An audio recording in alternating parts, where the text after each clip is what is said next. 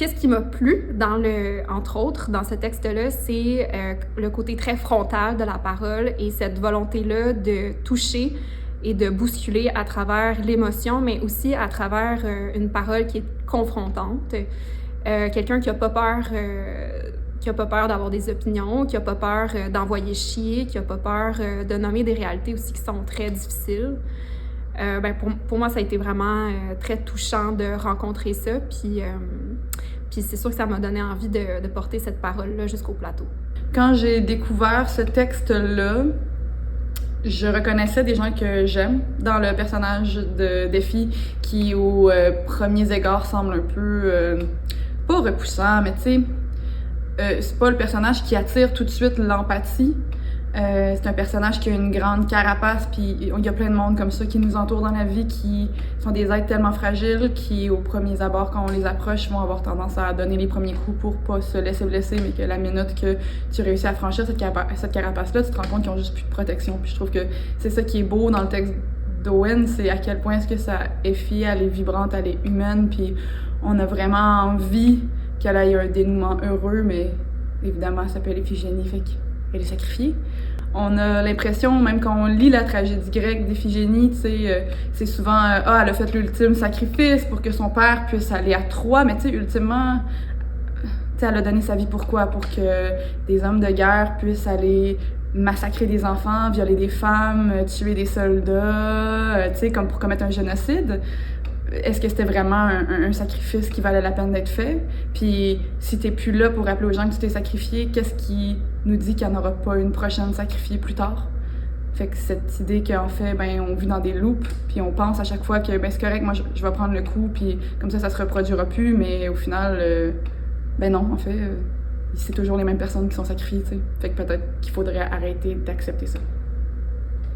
J'adore le personnage d'Iphigénie dans le texte.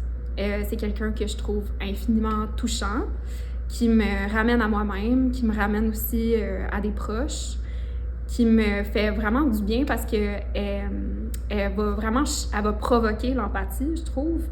Elle va pas s'excuser de la misère qu'elle traverse. Elle va pas s'excuser de sa violence. Puis ça, je trouve ça assez admirable, en fait. Dans Iphigénie à Pointeau, on reprend la figure mythique, mais on l'éloigne complètement du mythe. On l'installe à Pointe-aux-Trembles.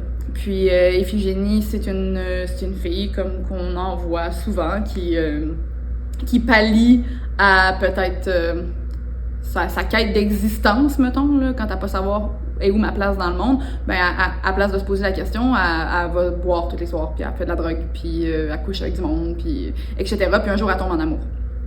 Et là, c'est l'histoire de qu'est-ce qui découle de cette possibilité de plus grand que soi qui apparaît sous la forme d'un amoureux.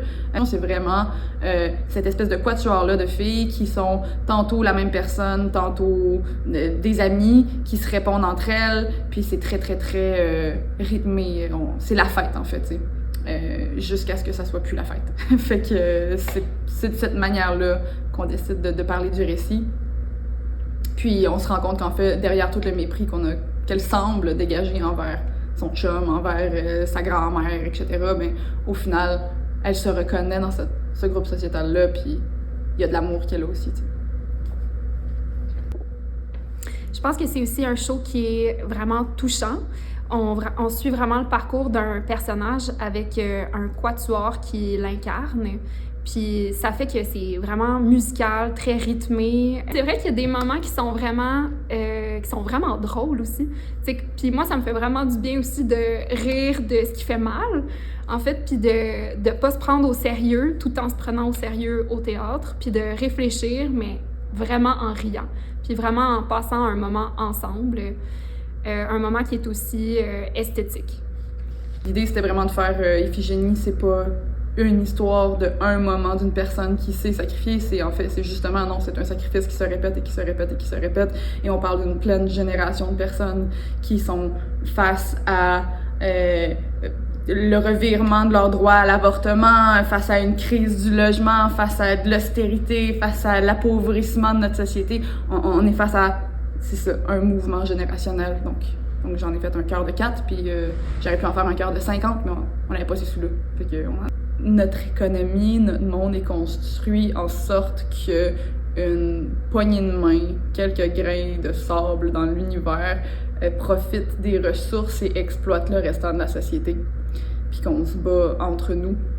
Puis j'avais envie de monter une parole avec des femmes pour justement questionner cette espèce de sacrifice-là qu'on nous demande de faire aujourd'hui, puis faire réfléchir au public par rapport à est-ce qu'on en a assez. En ce moment, ce qui m'intéresse vraiment, qui m'obsède artistiquement, c'est comment est-ce qu'on peut arriver à faire des œuvres qui vont aller chercher des sujets qui peuvent sembler assez théoriques en socio-économie, par exemple, ou des enjeux qui sont politiques, qui sont assez graves, puis comment est-ce qu'on peut collectivement et artistiquement créer des œuvres qui sont touchantes, qui sont drôles, qui sont confrontantes, pour qu'on ait envie de parler puis de toucher à ces enjeux-là. Puis je pense profondément que l'émotion, c'est un outil qui est très important. Il y a des œuvres qui sont didactiques que j'apprécie, que j'aime beaucoup. Mais je pense vraiment que d'être touchés ensemble, en silence, dans une salle de spectacle, de rire ensemble dans une salle de spectacle, dans le noir, je pense que ça, c'est vraiment salvateur, collectivement. Puis c'est pour ça que je fais ce que je fais, finalement. Fait que c'est vraiment quelque chose qui traverse toutes mes œuvres en ce moment.